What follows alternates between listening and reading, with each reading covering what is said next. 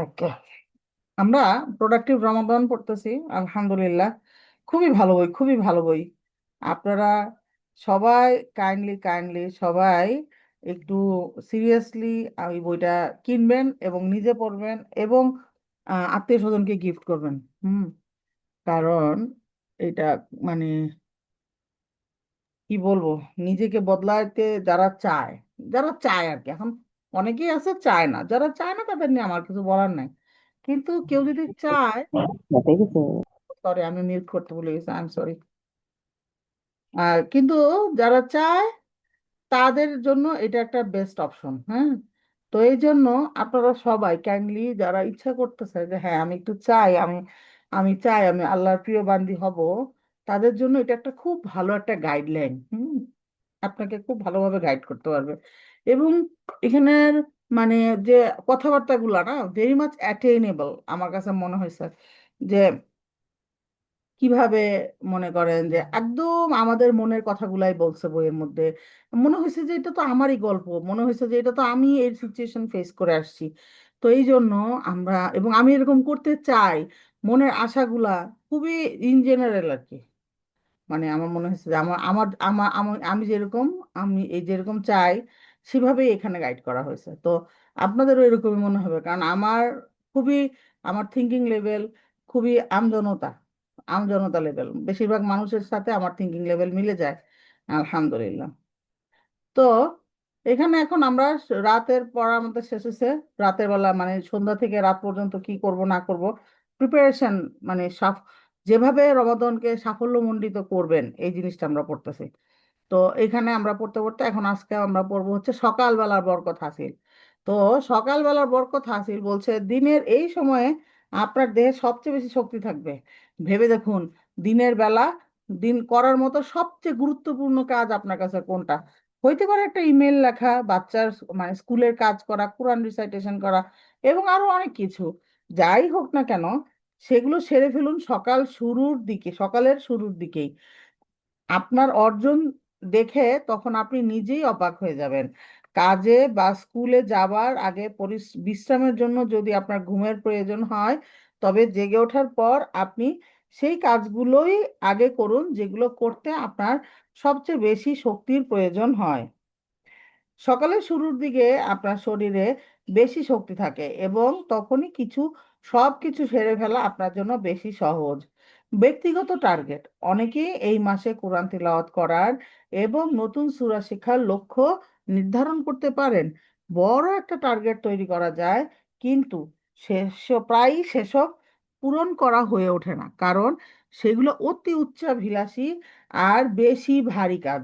এগুলোর চেয়ে ভালো হয় যদি মূল লক্ষ্যকে ভাগ করে বেশ কিছু ছোট ছোট লক্ষ্যে পরিণত করা যায়। এতে করে আপনি সেগুলোকে প্রতিদিন অর্জন করতে পারবেন এবং সেটা আপনার কাছে অতিরিক্ত বলেও মনে হবে না।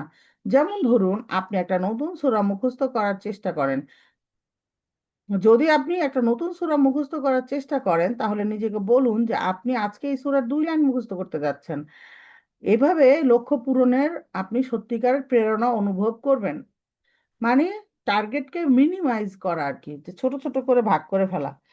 দেখেন, আমি যদি এখন একবারে চিন্তা করি যে আমি আম, সূরা সাজদা, সূরা মুল্ক বা সূরা ইয়াসিন বা সূরা আর রহমান মুখস্থ করব, তাইলে তো পুরা রমাদান জুড়ে আমার মাথার উপর একটা লোড লাগবে।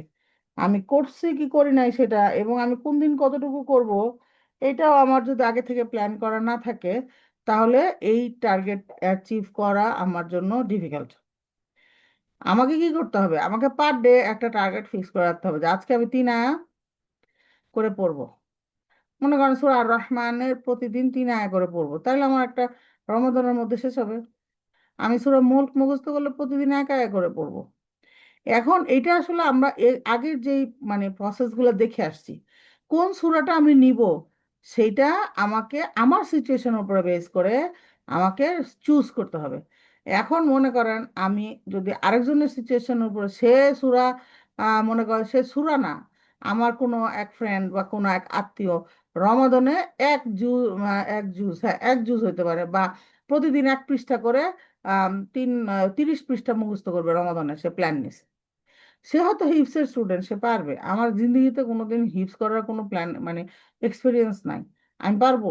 আর তার দেখা দেখি আমি বললাম হ্যাঁ হ্যাঁ আমিও করবো আমিও করবো, তাইলে আলটিমেটলি জোশের বসে 2-3 দিন হবে, তারপরে আস্তে আস্তে ভুলে যাব, জিনিসটা হবে না আর।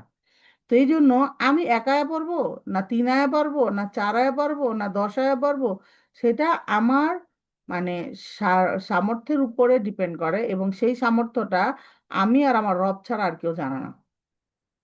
তো সেই জন্য আমাদের সবাইকে সেলফ অ্যাসেসমেন্ট করতে হবে যে আমার কি পরিমাণ টাইম আমি দিতে পারবো, অন্যান্য কাজ ঠিক রেখে কোয়ালিটি ঠিক রেখে আমি কি পরিমাণ হিপসের জন্য টাইম দিতে পারবো, সেটা জেনে, যেহেতু রমাদানে শয়তানটা শেকলবন্দি থাকে, শুধুমাত্র নফসের ঝামেলাটা এড়ায় যেতে হয়।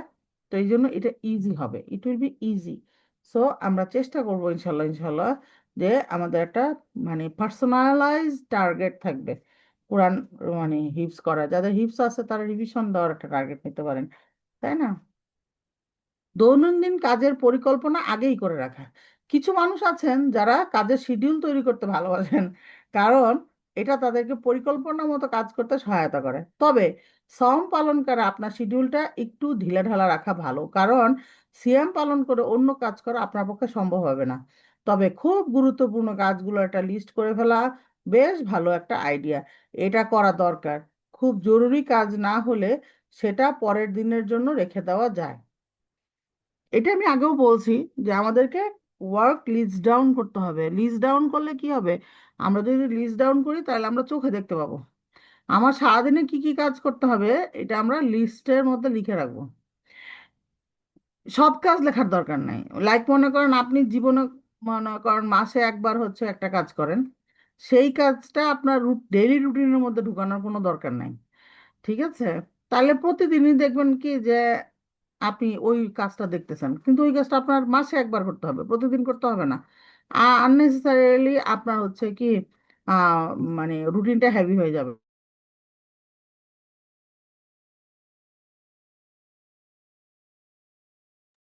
আচ্ছা, তারপরে মনে করেন যে আর রমাদানে আমি যেটা এখন থেকে আমরা দেখে আসছি, যেটা আমরা এই বই পড়াতে পড়তে পড়তে প্ল্যানিং করতে করতে আসছি, তো সেটা হচ্ছে যে আমরা দেখছি যে আমাদেরকে কি করতে হবে। আমাদেরকে সারাটা দিনে আমরা কি করি এখন, এখন 1 সপ্তাহ আমি সবাইকে সাজেস্ট করছি, যেটা আমি নিজেও করার চেষ্টা করবো ইনশাল্লাহ, যে 1 সপ্তাহ আমরা দেখব। এবং এটা খুবই হাই টাইম এখনই এই কাজটা করার, কারণ 1 মাস আছে আমার যে মডিফিকেশন দরকার বা আমার যে প্রবলেমগুলা মানে সলভ করা দরকার, সেগুলো আমি এখনই করতে পারবো 1 মাস। কারণ একেবারে রমাদানের দিন সকালবেলা উঠে লিস্ট ডাউন করা শুরু করলে তাইলে তো আর আমি অ্যাপ্লিকেশন করব কখন, ইমপ্লিমেন্ট করব কখন, কাজ আমি মানে পিউরিফাইড ডেইলি রুটিন আমি কিভাবে অ্যাপ্লাই করব, তাই না? তো এই জন্য আমরা কি করব, আমরা এখনই মনে করেন যে কালকে থেকে হইতে পারে নেক্সট শুক্রবার থেকে, এটা আপনার ইচ্ছা, যে আমরা কি করব, প্রতিদিন সকালবেলা মনে করে দুপুর পর্যন্ত, সারাদিনের দরকার নাই, সকাল থেকে দুপুর কি কাজ করব এগুলা একটু লিখে রাখবো। তারপরে হচ্ছে আচ্ছা, তারপরে হচ্ছে যে মনে করেন আম, আবার রাতের বেলা দুপুর থেকে রাত পর্যন্ত কি কি কাজ করলাম এটা একটা লিস্ট ডাউন করলাম, তাইলে সারাদিনের একটা পিকচারাইজেশন চলে আসলো আমার চোখের সামনে। এরকম করে মনে করেন সানডে থেকে বা ফ্রাইডে থেকে শুরু করেন আবার থার্সডে পর্যন্ত, যে শুক্রবার থেকে বৃহস্পতিবার পর্যন্ত আপনি হচ্ছে প্রতিদিন একটা লিস্ট ডাউন করলেন যে আমি এই কাজ করি। তো করলে কি হবে, যে রমাদানে আপনার এখান থেকে আপনি তখন রমাদানের ডেইলি প্ল্যানিংটা করতে পারবেন। নিজেরটা নিজের করতে হবে, আমি বারবারই সবাইকে যেটা বলতেছি, কপি করে রমাদানে সাকসেসফুল হওয়া যাবে না, যাবে না, যাবে না, কোনোভাবেই যাবে না। এই যে আমি আপনারটা কপি করে একটু দেখতে চাই, এটা খুবই একটা মানে কি বলবো, একটা ইনভ্যালিড একটা কথা। কারণ আমার আমার রুটিন বা আমার কাজ, আমার দায়িত্ব, আমার কর্তব্য, এগুলোর সাথে কারো মিল নাই দুনিয়াতে। আমার ক্ষমতা, ঠিক না? যেমন আমি অসুস্থ, আমার তো ক্ষমতা খুবই লিমিটেড। তো আলটিমেটলি আপনার ক্ষমতা যদি বেশি থাকে, আপনার প্রতি মানুষের এক্সপেকটেশন বেশি থাকে, তাহলে আপনার দায়িত্ব অনেক বেশি, তাই না? তো তো এই জন্য আমাদের কি করতে হবে, নিজেরটা নিজে ঠিক করতে হবে, এবং প্রসেসটা এখানে বলে দেওয়া আছে। এবং আমরা, আপনারা যারা পড়বেন পড়েন, যদি কেউ মনে করেন না রে বাবা আমার তো টাইম নেই পড়ার, তারা আমাদের লেকচারগুলো শোনেন, ইউটিউবে লেকচার দেওয়া আছে, সেখান থেকে আপনারা শোনেন। অ্যাটলিস্ট সাথে সাথে শুনলে একটা গাইডলাইন পাবেন যে ও আচ্ছা এইভাবে আমার টার্গেট সেট করব। ঠিক আছে? তো রমাদানে আপনি এখন মনে করেন রমাদানের রুটিনটা আপনি অদ্ভুত রুটিন করবেন না। লাইক অনেকে দেখছি যা যা করে দিনে সব, যে আমি ভাত খাবো, ভাত খাওয়ার পরে কুলি করব, কুলি করার পরে পানি খাবো, পানি খাওয়ার পরে হাইটা অন্য রুমে যাব, তারপরে সেখান থেকে আরেক রুমে যাব, তারপরে কিচেনে যাব, এরকম লেখা শুরু করে এবং বাংলা কবিতার মতো লিখতে থাকে। নো, একটা জিনিস মাথায় রাখবেন, পয়েন্ট পয়েন্ট করে লিখবেন, সেটা ভিজুয়ালাইজ হবে। আমার মানে অনেক সময় অনেকে বলে যে হ্যাঁ এত দেরিতে দিনের পথে আসছি, হ্যাঁ এরকম যে আমি কেন ছোটবেলা থেকে মাদ্রাসায় পড়লাম না, কেন সাধারণ রাস্তায় পড়লাম। আমার এই ধরনের কোনো আফসোস নাই, আলহামদুলিল্লাহ। কারণ আমি তো ইচ্ছা, আমি কি আমার ডিসিশন নিয়েছি? না, আমার ডিসিশন আল্লাহ সুবহানাহু ওয়া তাআলা দিয়েছেন। আল্লাহ সুবহানাহু ওয়া তাআলা আমার চাইছেন যে আমি 40 ইয়ার্স এর পরে এসে এখানে লাইনে ঢুকবো। আল্লাহ সুবহানাহু ওয়া তাআলা জানেন যে আমি কি চাই, তাই না? আমাকে চাইতে হয়েছে এবং সেই অনুযায়ী চেষ্টা করতে হয়েছে। তো আমি কেন আরো বেশি হ্যাপি, কারণ as a engineer I know how to draw the diagram. আমি যদি ইঞ্জিনিয়ার না হইতাম, ডায়াগ্রাম কি জিনিস জানতাম না। আমি যদি ইঞ্জিনিয়ার না হইতাম, পয়েন্ট আউট কিভাবে করে, সামারাইজ কিভাবে করে, এগুলো জানতাম না। তো এই জিনিসগুলা দুনিয়াবি কাজের জন্য শিখছিলাম যদিও, আলহামদুলিল্লাহ I can manage much better, তাই না? তো এই জিনিসগুলো সবাই, আপনারা সবাই চিন্তা করে দেখবেন, আপনার লাইফে অনেক কিছু আছে যা আপনি মনে করতেছেন যে এটা আমার কেন হইলো, এটা না হইলেও চলতো, এটা দরকার ছিল না। কিন্তু আল্লাহ সুবহানাহু ওয়া তাআলা জানেন যে ওই এক্সপিরিয়েন্সটা আপনার দরকার, সেই জন্যই ওটা আপনাকে দেওয়া হয়েছে। ঠিক না? তো এই জন্য কেউই মানে দোয়া করার সময় কোনো অবহেলা করব না আমরা, চেষ্টা করার সময় কোনো অবহেলা করব না। রেজাল্টটাকে দিবে আল্লাহ সুবহানাহু ওয়া তাআলা দিবে, কারণ সেটা দেওয়ার অধিকার এখতিয়ার একমাত্র এবং একমাত্র আল্লাহ সুবহানাহু ওয়া তাআলার আছে। আমরা তাজকিয়াতুন নফসের উপরে 6টা ক্লাস করছি। আপনারা সবাই, আমার একটা রিকোয়েস্ট থাকবে, আপনারা সবাই চেষ্টা করবেন ওই ক্লাসগুলো শুনতে। ওইটা কি বলে, উলুম একাডেমির একটা কোর্স ছিল 6 দিনের। মানে কোর্স বলতে আমি বলবো যে একটা ওয়ার্কশপের মতো ছিল।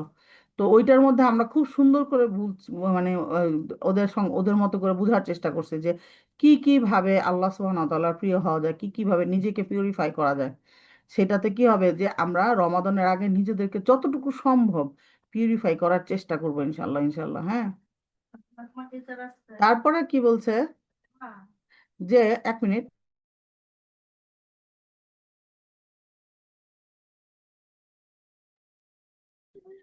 তারপরে কি বলছে যে হালকা ঘুম খুবই ইম্পর্ট্যান্ট। ঘুম রিলেটেড, ওই ওনার নাম আমার মনে থাকে না, ফাহিম আব্দুল্লাহ মনে হয়। উনি উনি দেখলাম যে ঘুম রিলেটেড খুব সুন্দর করে সেগমেন্ট করে বুঝায় বলে দিছে উনি। মানে ওটা বাংলায় বুঝতে পারবেন, তাইলে উনি বাংলায় বলছে। আর এমনিতেও ইংলিশে ইউটিউবে হিউজ অ্যামাউন্টে ঘুমের জুমের রেকর্ডিং পাবেন হচ্ছে আমাদের টেলিগ্রামে, আবার ইউটিউবেই পাবেন। আমি ইউটিউবে ইয়া দিয়ে দিই, আপলোড দিয়ে লিংক দিয়ে দিই টেলিগ্রামের আর কি। তো মনে করেন যে উনি ঘুমের ব্যাপারে অনেক ডিটেলস বলছেন, কোন কয়টা লেভেল আছে ঘুমের, কখন কিভাবে ঘুমায়। উনি একটা কথা বলছিল, যে আমার মানে জিনিসটা এখন মনে আছে এই জন্য বলতে পারতেছি, সেটা হচ্ছে উনি বলছিল যে যারা বিখ্যাত ছিল, যেমন মনে করেন আগের যে মানে যে কি বলে আইনস্টাইন বা এরকম যারা আর কি বিজ্ঞানী ছিল, ওরা নাকি ঘুমানোর সময় হাতে একটা কলম কিংবা একটা ওই উম, টিনের কিছু একটা হাতে রাখতো, মানে লোহার কিছু হাতে রাখতো, রেখে ঘুমাইতো। সেই যখনই ব্রেনটা রিল্যাক্স হয়ে যেত এবং হাত থেকে জিনিসটা পড়ে গিয়ে শব্দে ঘুম ভেঙে যেত। এই ঘুমটা নাকি পাওয়ার ন্যাপ। তো এটা হচ্ছে খুব সম্ভব 20 মিনিট থেকে 30 মিনিটের মধ্যে হয়, এক একজনের এক একটা। এটা খুব জরুরি, এইটাই হচ্ছে পাওয়ার ন্যাপটাই হচ্ছে এই হালকা ঘুমের কথা বলছে আর কি। হ্যাঁ, আর আমরা চেষ্টা করব ঘুমে মানে এরকম পাওয়ার ন্যাপ দিতে, এবং একবার যদি আপনি প্র্যাকটিস করে এটার মধ্যে ঢুকে যেতে পারেন, খুব আরাম। তা আপনার খুবই ঘুম পাচ্ছে, আপনি শুইলেন আধা ঘন্টা ঘুমাইলেন উঠে গেলেন, কোনো ঘুম মাথা ব্যথা নাই, কিছু নাই। বাট যদি আধা ঘন্টার পরে আপনি ইলংগেট করেন, যদি আপনি মনে করেন আমি 1 ঘন্টা পরে উঠবো, তাহলে মাথা ব্যথা করবে। কারণ একটা পূর্ণ ঘুমের সাইকেল হচ্ছে 2 2 আওয়ার্স, আপনাকে 2 ঘন্টা ঘুমাইতে হবে। যদি আপনি মনে করেন যে আপনি ফুল ঘুম দিয়ে উঠবেন, তাহলে আপনাকে 2 ঘন্টা ঘুমাইতে হবে। তো 2 ঘন্টা অনেক সময় দেখা যায় যে টানা ঘুমানো হয় না, 1 ঘন্টা 1.5 ঘন্টা পরে মানুষজন এসে টান দিয়ে তুলে ফেলে, ডাক দিয়ে তুলে ফেলে, কাজে তো উঠে যায়। তো সেই জন্য আমাদের পাওয়ার ন্যাপ নেওয়ার জন্য এক্সপার্ট মানে ইয়া হইতে হবে, মানে খুবই এক্সপার্ট হইতে হবে। যেমন আজকে আমি সারাদিনে সকাল থেকে মানে দুপুর থেকে 2বার পাওয়ার ন্যাপ নিছি, কারণ আমার যেহেতু শরীর খারাপ, পিঠে ব্যথা। আমি হচ্ছে এই মানে আমার 3টার সময় একটা বাচ্চাদের সাথে ক্লাস ছিল, তখন আমি কি করছি, আমি 2:30টার থেকে 3টা পর্যন্ত ঘুমাইছি।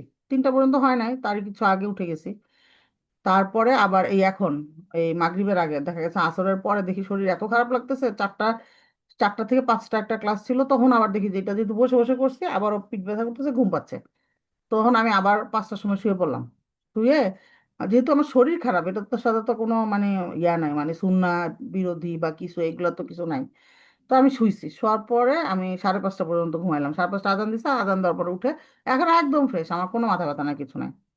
তো এইরকম পাওয়ার ন্যাপ গুলা নিয়ে নিয়ে চেষ্টা করবেন যে নিজেদেরকে রেডি রাখতে, তাইলে কি হবে রমাদানে আপনারা ওই পাওয়ার ন্যাপ নিয়ে উঠে যেতে পারবেন। নাইলে কি হয়, অভ্যাস না থাকলে পাওয়ার ন্যাপ নিয়ে উঠা যায় না, মাথা ব্যথা করে, মনে হয় যে মাথা ব্যথা করতেছে। আসলে কিন্তু মাথা ব্যথা করে না, মাথা ব্যথা করে হচ্ছে ওই যে এক আধা ঘন্টা বা 40 মিনিটের পরে যদি ওঠেন তাইলে মাথা ব্যথা করবে। ঠিক আছে, এটা হচ্ছে সেই কাহিনী। একটা একটা মিনিট, একটু আমি মিউট করি।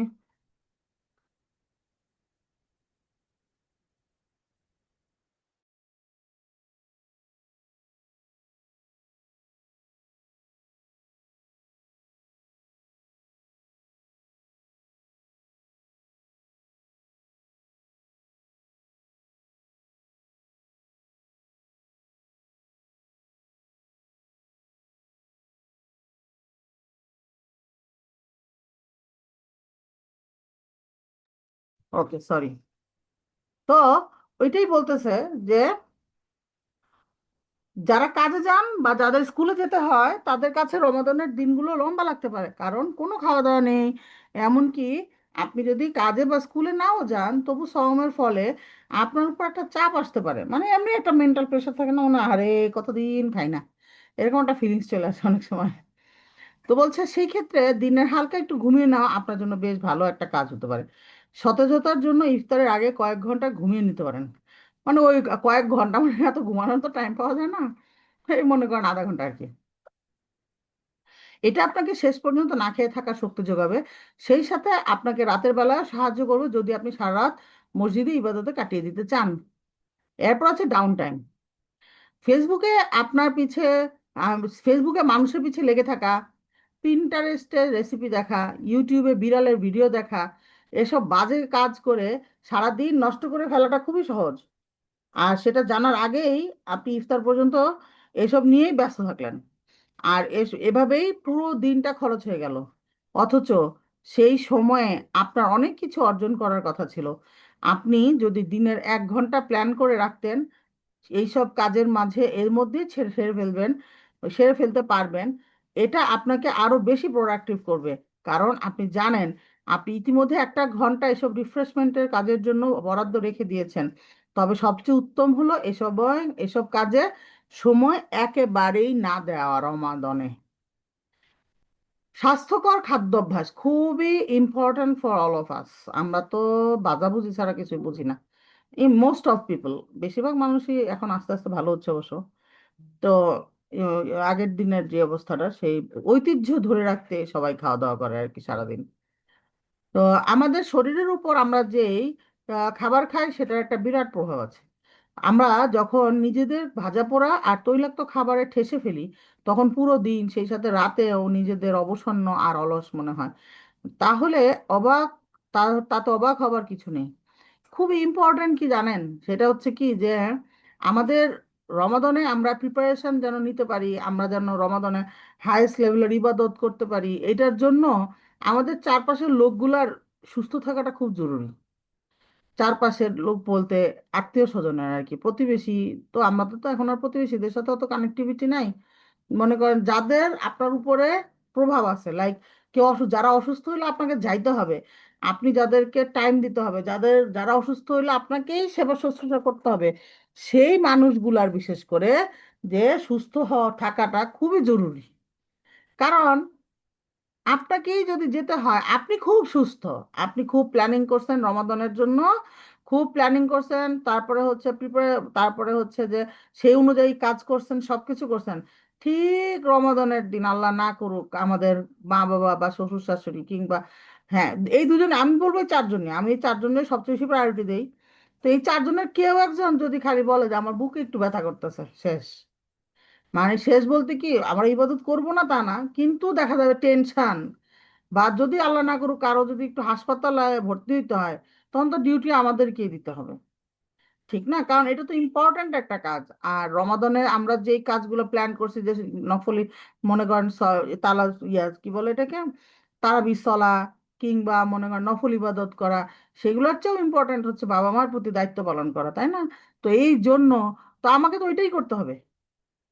তো এই জন্য আমি বলি সবসময় যে অবশ্যই অবশ্যই আমরা প্রিপারেশন না সাথে সাথে কন্টিনিউয়াসলি দোয়া করবো যে আল্লাহ, যারা অসুস্থ হইলে আমার ইবাদতে নষ্ট হবে বা আমার ইবাদতের কোয়ালিটি নষ্ট হবে, আপনি সবাইকে একদম পারফেক্ট রাখেন, ফিট অ্যান্ড ফাইন রাখেন আল্লাহ, সবাইকে আপনি দীর্ঘ নেক হায়াত দান করেন, সুস্থ কর্মক্ষম দীর্ঘ নেক হায়াত দান করে দেন, যেন রমাদানে আমরা সবাই ইবাদত করতে পারি, সবাই। আমরা সবাই জামাতের সাথে জান্নাতুল ফেরদাউসে যাইতে চাই, তাই না? তো এই জন্য আমরা সবাই আশেপাশে সবার জন্য দোয়া করব, আত্মীয় স্বজনের জন্য দোয়া করব, যেন সবাই যেন সুস্থ থাকি আমরা রমাদানে, এবং ফিট অ্যান্ড ফাইন থাকি, এবং সেই অনুযায়ী কাজ করব ইনশাল্লাহ, ইনশাল্লাহ, হ্যাঁ। তারপরে কি বলছে, সেহরি আর ইফতার, এমন, ইফতারে এমন খাবার খান যা আপনাকে পুষ্টি ও শক্তি যোগাবে। সেহরির জন্য চিনিতে ভরা সিরিয়াল না খেয়ে বরং এক বাটি ওটমিল খান, সাথে রাখেন প্রচুর ফলমূল আর এক গ্লাস দুধ। এখন যদি দুধে আপনার অ্যাসিডিটি হয়, অনেকে শুনছি যে দুধে ওই যে কি জানি ল্যাকটো, কি জানি একটা থাকে না, মানে অ্যালার্জিও হয়, আবার অনেকে অ্যাসিডিটিও হয়, তারা কি দুধ খাবেন? খাবেন না। তার যেটা খেলে ভালো হয়, আপনার শরীর যেটা সাপোর্ট করে সেটা খাবেন, হ্যাঁ। আবার ইফতারির জন্য ভারী খাবার দাবার না খেয়ে হালকা খাবার রাখুন, আস্তে ধীরে খান, দেখবেন খুব জলদি আপনার পেট ভরা ভরা হয়ে গেছে। মানে ইফতারির ব্যাপারটা নিয়ে আমরা আলাদা একেবারে একটা সেশন করব, প্ল্যানিং, ইফতারি প্ল্যানিং, কি করব কি করব না, কি কি করব, মানে চেষ্টা করব ইন্ট্রোডিউস করতে এই জিনিসগুলা, বা কিভাবে আমরা ইফতারিটা সহজভাবে প্ল্যানিং করে রাখতে পারি, সব এটা আমাদের একটা মানে টু ওয়ে সেশন হয়, আপুরাও সাজেশন দেয়, আমরাও সাজেশন দেই, সবাই মিলে একসাথে আমরা নিজেদের লেভেলটা, মানে জীবনটা সহজ করা আর কি। সাইখা সাইখারা সবসময় কথায় কথায় বলে যে don't make your life complex. আমরা নিজেরাই নিজেদের লাইফ কমপ্লেক্স করি, সত্যি কথা। যে আমরা নিজেরাই চাই যে আচ্ছা আমার রান্না এত ভালো, আমি আরো 10 পদ রান্না করে সবাইকে ইমপ্রেস করে ফেলবো। এই ইমপ্রেস করা আমার জিন্দগিতে কোনো কাজে লাগবে না। মানে জিন্দগিতে লাগবে, মৃত্যুতে কোনো কাজে লাগবে না। সো মৃত্যুতে যেহেতু যে জিনিস কাজে লাগবে না, সেই জিনিস আমি করবো না। তো এই জিনিসগুলো আমাকে টার্গেট করতে হবে, যে আগে যে আমার লাইফের টার্গেট কি, আমার লাইফের টার্গেট যদি হয় মানুষকে ইমপ্রেস করা দুনিয়াতে, তাহলে I can cook and I can cook. আর যদি আমার টার্গেট হয় মরণে আল্লাহর খুশি, আল্লাহর সন্তুষ্টি, তাইলে আমি হচ্ছে রান্না বান্না পারি না, আমার রান্না খুবই খারাপ, আমার মানুষকে ইমপ্রেস করার কোনো দরকার নাই। ঠিক আছে? তাইলে এখানে বলছে কি যে ইফতারির জন্য আমরা খাবার চয়েস করব, এবং খায়ে খায়ে দেখা যায় যে আমরা ব্যাঙের মতো চিত হয়ে পড়ে থাকি ইফতারির পরে, কোনো রকমে মানে মাগরিবের সলাটা পড়ার পরে সুদা চিত হয়ে পড়ে থাকি। এরপরে যে আবার মানে কি বলে এটাকে, আমাদের যে তারাবি আছে বা আমাদের ঈশা সলা আছে, সো কষ্ট, জান শেষ, আর ঘুম তো আর কথাই নাই, পেট ভরে খাওয়ার পরে তো এতই ঘুম পায়। তো এই জন্য আমরা চেষ্টা করব যতটুকু কনজিউম করলে এই ঘুম আর এই আমাদের ব্যাঙের মতো পড়ে থাকতে হবে না, নড়তে চড়তে কষ্ট হবে না, ততটুকু খাবো। এটা শুধু বাংলাদেশের কথা না, এমন আমরা মনে করার কোনো কারণ না যে বাংলাদেশের লোকজনই বেশি খায়। এইটা আসলে দেখবো যে এটা আরবের লোকজন আরো খায়, ওই যে শাইখরা, এগুলো ছবি দেখছি আমরা, না আমি ছবি দেখছি যে বড় বড় প্লেট নিয়ে বইসা তারা খাইতে থাকে। তারপরে বলছে কি ইফতারির জন্য, আচ্ছা, ইফতারের জন্য ভারী, আচ্ছা এটা বললাম। এরপর যদি এরপরও ক্ষুধা লাগে তাহলে সারা রাত সালাত আদায়ের পরে এসে, তাহলে রাতে সালাত আদায়ের পরে এসে খেতে পারেন, তাই না? তো এটা তো এমন কঠিন কোনো কিছু না যে আয় হায় রে আমি আর জীবনেও খাইতে পারবো না। আমরা রাতে খাইতে পারবো, এসে আবার খাবো, চলার পরে খাবো, তখন দেখবেন খাইতেও আরাম লাগবে। অথচ যদি আমরা গলা পর্যন্ত ইফতারের সময় খাইতেই থাকি তখন কিন্তু পেরেশানিও লাগে। যাই হোক, আলহামদুলিল্লাহ। তারপরে হচ্ছে এখন বলছে আমাদেরকে প্ল্যানিং করার জন্য, হেল্প করার জন্য আমাদেরকে চিন্তা দিছে উনি, রাইটার আমাদেরকে চিন্তা দিছে যে এরকম এরকম করে আপনাকে গাইডলাইন দেওয়া হলো, you can make a plan. এখন আমাদেরকে রমাদানের রুটিন আমাদের কেমন হওয়া উচিত সেটা সম্পর্কে বলবে। আমরা এটা কতটুকু পড়বো? আচ্ছা, হ্যাঁ, এটা পড়তে পারবো। এরপরে আমরা আজকে এটুকু পড়বো, কালকে হচ্ছে বা পরশুদিন যখনই পারি তখন রমাদান মাসে আমলে মনোযোগী হওয়ার উপায় পড়বো। আচ্ছা, এখানে বলছে যে রমাদানের আদর্শ রুটিন।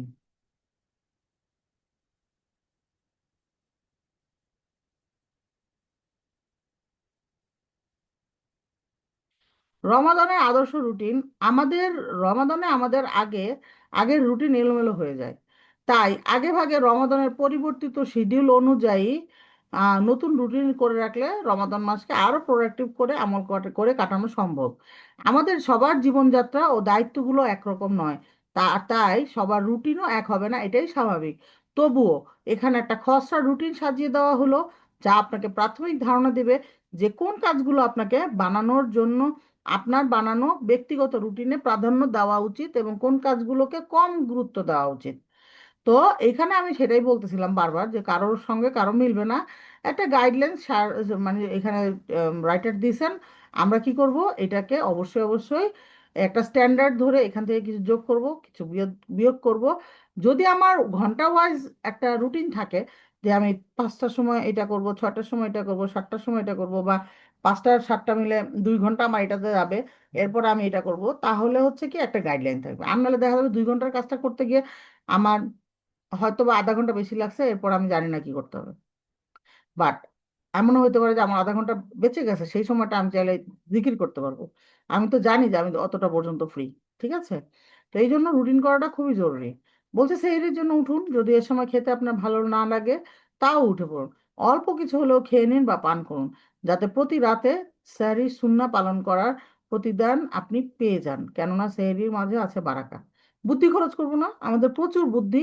আমাকে অনেকেই ফোন করে জিজ্ঞেস করে, আচ্ছা আমি যদি 12টার সময় একবারে খেয়ে শুয়ে পড়ি তাহলে কি সেহরির সব পাবো? এত বুদ্ধি খরচ করার দরকারটা কি আমার? যেভাবে বলা আছে সেইভাবেই করি। আমার মতো করে বুদ্ধিটা খরচ করার দরকারটা কি? আমি আমি সবাইকে এখন যেটা বলি ইদানিং, যে যারাই আমার কাছে এসে কিছু জিজ্ঞেস করে যে আপনি কি এটা করবেন নাকি করবেন না, আগে এটা বলতে হবে যে আপনি যদি করেন তাহলে এক বুদ্ধি, আর যদি না করতে চান তাহলে আমার কাছে কোনো বুদ্ধি নাই, যে আমি শর্টকাট কোনো ওয়ে জানি না। যে আমি মনে করেন যে আপনার পছন্দ মতো একটা ফতোয়া বানাবো, ফতোয়া তো আমি দিতে পারি না। তো এই জন্য যেহেতু আমার ওই অথরিটিও নাই, আমার ওই মানে পড়ালেখাও নাই, তো আমার সঙ্গে এইরকম কথা বলে লাভ নেই। আমি আপনাকে সরিটা জানাই দিতে পারবো, যেমন আমি এখন জানি যে আমাকে সেই দিতে ওই ইফতারির মানে কি বলি, আজানের আগে আমাকে রাত লাস্ট 1/3 উঠতে হবে, ওই সময় কিছু একটা খাইতে হবে, এইটুকু আমি জানি। বাট 12টার সময় খাইয়া ঘুমায় গেলে হবে কি না এত ক্যালকুলেশন করে আমার এত হিসাব নাই, হিসাব করার মতো অবস্থা নাই। ঠিক আছে, সো আপনারা সবাই কাইন্ডলি কেউ বুদ্ধি বাই করার চেষ্টা করেন না, সবাই উঠেন, একটু কষ্ট করেন। জান্নাত কি এমনি এমনি চলে আসবে? জান্নাতের রাস্তা হচ্ছে সবচেয়ে কঠিন রাস্তা। যেই রাস্তা যত কঠিন সেই রাস্তা মনে করবেন আপনাকে তত সুন্দরভাবে রাইট ডিরেকশনে জান্নাতে নিয়ে যাবে। আর জাহান্নামের রাস্তা হচ্ছে সবচেয়ে সহজ। যেটা আপনার সহজ মনে হবে যে আর এইটুকু করলে জান্নাতে যাওয়া যাবে, তাহলে বুঝবেন যে ওইটুকু করে জান্নাতে যাওয়া যাবে না। তাইলে মানে কি, বেশি করে জান্নাতে যেতে হবে। অল্প কাজ বা ভুল কাজ, যেমন মনে করেন আমরা বিদাত করি, বিদাত কোনোদিন জান্নাতে নিবে না। যদিও সেটা ভালো কাজ, তারপরেও আমাদেরকে কোনোদিন জান্নাতে নিবে না, জাহান্নামে নিয়ে যাবে বিদাত। ঠিক আছে? তো বিদাত দেখলে মনে হয় না কত সোজা? আরে মাত্র 1 লাখ বার কি বলে লা ইলাহা ইল্লাল্লাহ পড়লেই তো আম, কবর আযাব মাফ হয়ে যাবে। কত সহজ! আমরা উপরে বসে বসে লা ইলাহা ইল্লাল্লাহ পড়বো, আর যে ব্যক্তি কবরে চলে গেছে তার হচ্ছে কবর আযাব মাফ হয়ে যাবে। আমি হচ্ছে 25 বার সূরা ইয়াসিন পড়বো, আর যে মরে গেছে তার সওয়াল জবাব হবে না। এত সহজ না জিনিসগুলো, হ্যাঁ, অনেক কঠিন, অনেক কঠিন। সো আমরা প্লিজ যে কোনো ইবাদত করার আগে একটু পড়ালেখা করে অথেন্টিসিটি যাচাই করে তারপরে ইবাদতটা করব, হ্যাঁ। এবং যে কোনো জিনিসই মডিফাই করার আগে চিন্তা করব যে আল্লাহ এটা এমনিই দিছে। আল্লাহ সুবহানাহু ওয়া তাআলা কোরআনের মধ্যে বারবার আমরা দেখতেছি, পড়তেছি, যেখানে যে বলা আছে যে আল্লাহ যেভাবে চান যে জিনিসটা সেটা খুলে খুলে বলেন। আল্লাহ এই আয়াতগুলো খুলে খুলে বর্ণনা করেন। আমরা তর্জমা ক্লাসে পড়তেছি না এরকম? অনেক আয়াত আমরা এই পর্যন্ত পড়ছি যে আল্লাহ আল্লাহ খুলে খুলে আয়াতগুলি বর্ণনা করেন। তো আল্লাহ খুলে খুলে বর্ণনা করছেন, আমরা তারপরেও আরো এক্সপ্লেনেশন চাই। কেন চাই? কারণ আমার পছন্দ মতো হয় না। আমি যদি হিজাবের ক্লাসে জয়েন করি, তখন দেখা যায় হাই হাই কি অবস্থা হিজাবের। কত মানুষ যে কত কিছু বলে, একটু ঢিলা কাপড় পরলে হবে না আপু? আচ্ছা আপু, যদি আমি এইটার বদলে ওইটা পরি তাহলে হবে না আপু? যদি আমি অমুক কালারের পরি তাহলে কি হবে না? কি দরকার আমার এত কিছু চিন্তা করার? আমরা সবসময় চেষ্টা করব ইসলামের রুলস অ্যান্ড রেগুলেশনস এর মধ্যে নিজেদের লাইফটা ফিট করতে। ইসলামকে কাইটা ছাইটা ছোট করে বড় করে একটু গোল করে চারকোনা করে আমাদের লাইফের স্টাইলের মধ্যে সেট করার ট্রাই করব না। এটা একটা রং ডিসিশন। তো এই জন্য আমরা সবাই চেষ্টা করব যে ইসলাম যেমন বলছে আমরা হুবহু সেটার মধ্যে ঢুকে যাওয়ার চেষ্টা করব। নিজেদের লাইফে যা যা কাটাছেটার দরকার করবো, যে আমি জীবনে উঠতে পারি না সেই রীতে, আমি উঠবো। আমি আল্লাহর জন্য উঠবো, আল্লাহর সন্তুষ্টির জন্য উঠবো, ইনশাল্লাহ ইনশাল্লাহ। নিজেরা যদি ঠিক মতো আমরা যদি মানে কি বলে ডিটারমাইন্ড হইতে পারি, সেই ক্ষেত্রে আমাদের জন্য এই কাজটা কে সহজ করে দিবেন? আল্লাহ সুবহানাহু ওয়া তাআলা সহজ করে দিবেন। কারণ আল্লাহ সুবহানাহু ওয়া তাআলার খুশির জন্যই তো করব আমরা, তাই না? এখন বলছে যে এই সময় চেষ্টা করুন 2 রাকাত নফল সালাত আদায় করতে। রাতের শেষ রাতের শ্রেষ্ঠ অংশে 3 ভাগের শেষে আপনি সলাত আদায়ের আর দোয়া করার সওয়াবটা অর্জন করতে পারেন। নিজের গুনার দিকে লক্ষ্য রেখে এই সময়টাকে ব্যবহার করুন, এরপর ইস্তিগফার করতে থাকুন। যারা রাতের এই সময়টাকে ইবাদতরত থাকে, আল্লাহ স্বয়ং তাদের প্রশংসা করেছেন। এগুলো সব সূরা, দেখেন সূরা আল ইমরান 17 নম্বর আয়াতে বলা আছে। এর আগেটা হাদিস ছিল, হ্যাঁ। প্রিয় ভাই, নিশ্চিত করে নিন যে কমপক্ষে ফজর আর ইশার সালাহ আপনি মসজিদে জামাতের সাথে আদায় করছেন। বেশিরভাগ মানুষেরই এই সময়ে সাথে 2 ওয়াক্তে কোনো ঠোকাঠুকি যেহেতু লাগে না। অতএব এই 2 ওয়াক্তে জামাতে সলাহ আদায় করা সহজ। যদি আপনি করতে পারেন তাহলে পুরো রাত আপনাকে সলাহ দাঁড়িয়ে আদায় করার সওয়াব দেওয়া হবে। এটা কিন্তু হাদিস, হ্যাঁ, মুসলিমের হাদিস। নিশ্চিত করুন যাতে ফজরের সলাতের পর সকালের জিকির আর আসরের সলাতের পর বিকালের জিকির মিস না হয়। যেদিন কোনো কাজের তাড়া নেই সেদিন চেষ্টা করুন ফজরের সালাতের পর সূর্য ওঠা পর্যন্ত মসজিদে বসে থাকার এবং তিলাওয়াত ও জিকিরে মশগুল থাকার।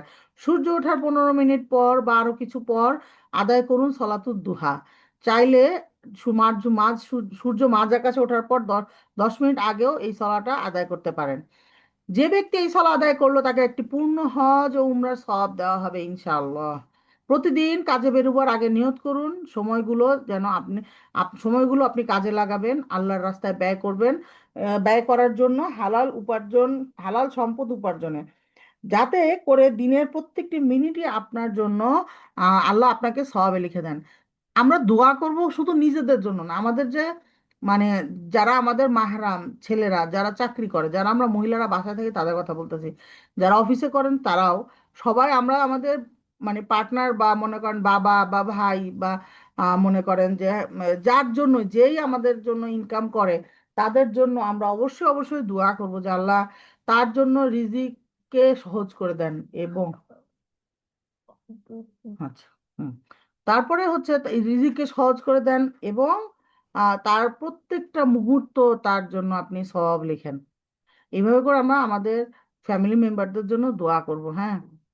এটাও নিশ্চিত করুন যে সব ধরনের গুণা থেকে নিজেকে বাঁচিয়ে রাখার মাধ্যমে আপনি আপনার সাথে সাথে আপনার অঙ্গ প্রত্যঙ্গগুলো সিয়াম পালনরত অবস্থায় আছে। ঘরে ফিরে এসে যদি একটু বিশ্রাম নেবার পর 1 ঘন্টা আল্লাহর কালাম তিলাওয়াত বা এর অর্থ নিয়ে পড়াশোনায় উৎসর্গ করুন। ইফতারের আগে আধা ঘন্টা কাটান একনিষ্ঠ দোয়ার মাধ্যমে, কেননা পুরো রমাদানের রোজাদারের দোয়া কবুল হয়ে থাকে। খুবই ইম্পর্ট্যান্ট, আমি বারবার বলতেছি, সবাইকেই বলতেছি, আপনারাও এরকম সবাইকে বলে বলে বাসায় মুখস্থ করায় ফেলবেন। রমাদানে ইফতারির আগে আধা ঘন্টা, সেহরির শেষ সময়ের আগে 15 মিনিট কারোর সাথে কোনো খাতির নাই, ওই সময় আমরা দোয়া করব। শুধু আমি একা করব না, সবাইকে নিয়ে করব যে তোমরাও করো দোয়া। তোমরাও তো আল্লাহর বান্দা, তোমাদেরও চাওয়ার অনেক কিছু থাকে, তোমাদেরও ইস্তেগফার করা লাগবে। সবাই আমরা একই সাথে একই কাজ করব বাসায়, হ্যাঁ। এবং এটার জন্য আল্লাহর কাছে দোয়া করবো যে আল্লাহ, আমি যেন সবার মন মানসিকতা আপনি পরিবর্তন করে দেন। আপনি তো অন্তরসমূহের পরিবর্তনকারী। সবাই যেন আমরা একইভাবে ইবাদত করতে পারি আপনার, হ্যাঁ।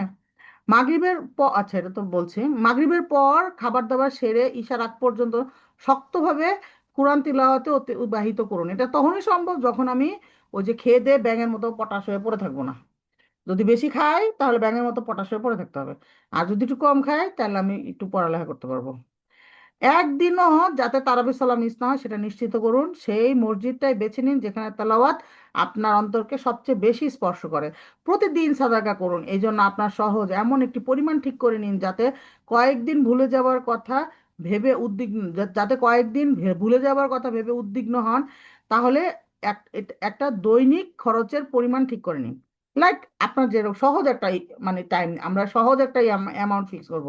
এখন যদি আমি বলি আমি প্রতিদিন 1,000 টাকা করে দেবো, তা আমার এরকম হইতেই পারে যে আমার 30,000 টাকা নাই মাসে প্রতিদিন দেওয়ার মতো। তাহলে আমি এটা আমার জন্য জুলুম হয়ে যাবে। আমি যদি বলি যে ঠিক আছে আমি হচ্ছে প্রতিদিন 5 টাকা করে দিব, এটা আমার জন্য বেশি সোজা হয়ে যাবে, তাই না? তো আলটিমেটলি আমার ক্ষমতার সাথে যায়, আমার আমার অ্যাবিলিটির সাথে যায় এরকম দান করব আমি। যেটা আরে গত কোন ক্লাসে আমি বলছিলাম আপনাদের সাথে, এই আইডিয়াটা আমার খুবই ভালো লাগছে যে একটা পার্সেন্টেজ অনুযায়ী দিব। আমার যেরকম ইনকাম তার পার্সেন্টেজ অনুযায়ী। এখন মনে করেন আমরা অ্যামাউন্ট দেখবো না। এখন মনে করেন একজনের ইনকাম আছে 10 টাকা, সে দান করে 2 টাকা। আরেকজনের ইনকাম আছে মনে করেন 2 লাখ টাকা, সে দান করে হচ্ছে 500 টাকা। তাহলে দুজনের ইনকাম, দুজনের কি আল্লাহর কাছে কি দুইটার অ্যামাউন্ট কি সমান হবে? কোনোদিনও না। পার্সেন্টেজে কমে গেল না? বা ক্ষমতার কথা বলছি। এখন মনে করেন এমনও হইতে পারে যে 2 লাখ টাকা যে ইনকাম করে তার অনেক খরচ, অনেককে পালে, অনেকে ইয়ে করে, অনেক খরচ, হালাল খরচ আর কি। তো এখন ব্যাপারটা আমাদের সাথে আল্লাহর কানেক্টিভিটি। আর কাকে খুশি করার জন্য আমি দান করবো? আল্লাহকে খুশি করার জন্য। এবং আমি যেন সঠিক অ্যামাউন্ট দিতে পারি, এইটাও আল্লাহকে কাছে চাবো আমরা যে আল্লাহ আপনি ব্যবস্থা করেন, আপনি আমার মাথায় বুদ্ধি দেন, আমি কিভাবে কাউন্ট করব আর কিভাবে দিলে, কতটুকু দিলে আপনি খুশি হবেন, আপনি জানেন, আমি তো জানি না। তো কন্টিনিউয়াসলি আমরা আল্লাহর সাহায্য চাইবো, ইনশাল্লাহ ইনশাল্লাহ, হ্যাঁ। তারপরে কি বলছে, সপ্তাহে কমপক্ষে একটা ইলমি হালাকায় অংশগ্রহণের টার্গেট নির্ধারণ করে নিন। কেননা সেই সব মজলিসে ফেরেশতাগণ আগমন করেন এবং এই মজলিসগুলোকে আল্লাহর রহমত দ্বারা চারপাশ থেকে ঘিরে রাখেন। প্রতিদিন একজন আত্মীয়কে দাওয়াত কিংবা তার বাসায় যাওয়ার টার্গেট সেট করুন। কেননা আত্মীয়তার বন্ধন রক্ষা করা মানুষের হায়াতকে বাড়িয়ে দেয়, সম্পদকে বৃদ্ধি করে এবং জীবনের মন্দ সমাপ্তি থেকে তাকে রক্ষা করে। তো এখন এইটা করতে গিয়ে আমরা আবার গীবতের মধ্যে যেন না পড়ে যাই, এটা খেয়াল রাখতে হবে। হ্যাঁ, এটা এমন আত্মীয়ের কাছে যাইতে হবে যার সাথে গেলে কথা বললে আমার হচ্ছে ইবাদতে, এখন মনে করেন একজনের সাথে এমন ঝগড়া, তার সাথে গেলে আবার ঝগড়া করবে। ঝগড়া মিটে যাবে এমন না, সে আবার ঝগড়া করবে, আপনার একেবারে কাঁদতে কাঁদতে জীবন শেষ, রোজা রমজান পার হয়ে যাবে। এরকম জায়গায় আপনি যাবেন? যাবেন না। কিন্তু একজন আত্মীয়র কাছে গেলে আপনার মন ভালো হয় এবং হচ্ছে যে সেই আত্মীয়টা অল্প সময় আপনাকে ছেড়ে দিবে, বসে গল্পের পর গল্প করবে না। এরকম আত্মীয়ের সঙ্গে আপনি দেখা করেন, কথা নেন, খোঁজ নেন, আল্লাহর জন্য তাকে দুইটা কথা শোনান যে হ্যাঁ আপনি এরকম করতে পারেন, সেরকম করতে পারেন, গাইড করতে পারেন, যারা আপনার কথা শুনবে এরকম লোক। তো এইরকম জায়গায় আমরা যাব এবং তাদেরকে সবাইকে সাহায্য করব এবং তাদের কাছ থেকে গাইডেন্স নিব। তো এই জন্য সবসময় দোয়া করব আমরা যে আল্লাহ, যে আত্মীয়, যেই বন্ধু বান্ধব বা মনে কর পাড়া প্রতিবেশী, যাদের আমার কথা মনে পড়লে আপনি খুশি হবেন, আপনার কাছাকাছি যাইতে পারবো আমি, তাদের আমার কথা বারবার মনে করায় দেন। এবং তাদের কথা যদি আমার মনে পড়লে আপনি খুশি হন, তাদের কথাও আমার বারবার মনে করায় দেন আমাকে, যেন আমি যেন তাদেরকে হেল্প করতে পারি, আমি যেন তাদের সাথে মিশতে পারি, আমি যেন আত্মীয়তার বন্ধন রক্ষা করতে পারি। এখন এটা আল্লাহর চেয়ে ভালো কেউ জানে না। দেখা গেলো আমি ভালো মনে গেছি যে আত্মীয়তার বন্ধন রক্ষা করতে, যাওয়ার পরে একটা এমন কথা শুনছি, শোনার পরে আমার একেবারে মাথা মস্তিষ্ক সব ঘুরে আমার ইবাদত সব গাছে হয়ে যায় না এরকম? বারবার নামাজে দাঁড়াইলেও এই কথা মনে হয়, খালি কান্না আসে, কেন এরকম বললো, কেন এরকম বকা দিল। তো এইরকম যেন না হয়, এগুলোর জন্য আমরা কার সাহায্য চাবো? এগুলো কেউ কন্ট্রোল করতে পারে না, এগুলো একমাত্র আল্লাহ কন্ট্রোল করতে পারেন। তো কন্টিনিউয়াসলি আল্লাহ সুবহানাহু ওয়া তাআলার কাছে দোয়া চান, দোয়া করেন, সাহায্য চান যে আল্লাহ আপনি ব্যবস্থা করে দেন, আপনি সহজ করে দেন আমার জন্য, আমি যেন আত্মীয়তার বন্ধন রক্ষা করার যে সওয়াব সেটা যেন নিতে পারি এবং আমার ইবাদতে যেন কোনো ধরনের কোনো হেরফের না হয়। ঠিক আছে? ইনশাল্লাহ আমরা নেক্সট দিন রমাদান মাসে আমলে মনোযোগী হওয়ার উপায় পড়বো। হ্যাঁ, কবে পড়বো জানি না। আল্লাহর কাছে দোয়া করেন আল্লাহ যেন আমাদেরকে আবারও তাড়াতাড়ি বসার তৌফিক দান করে দেন। সুবহানাকা আল্লাহুম্মা বিহামদিকা আশহাদু আল্লা ইলাহা ইল্লা আনতা নাস্তাগফিরুকা ওয়া নাতুবু ইলাইক। আসসালামু আলাইকুম। এটা রেকর্ডিং অফ করবো কই?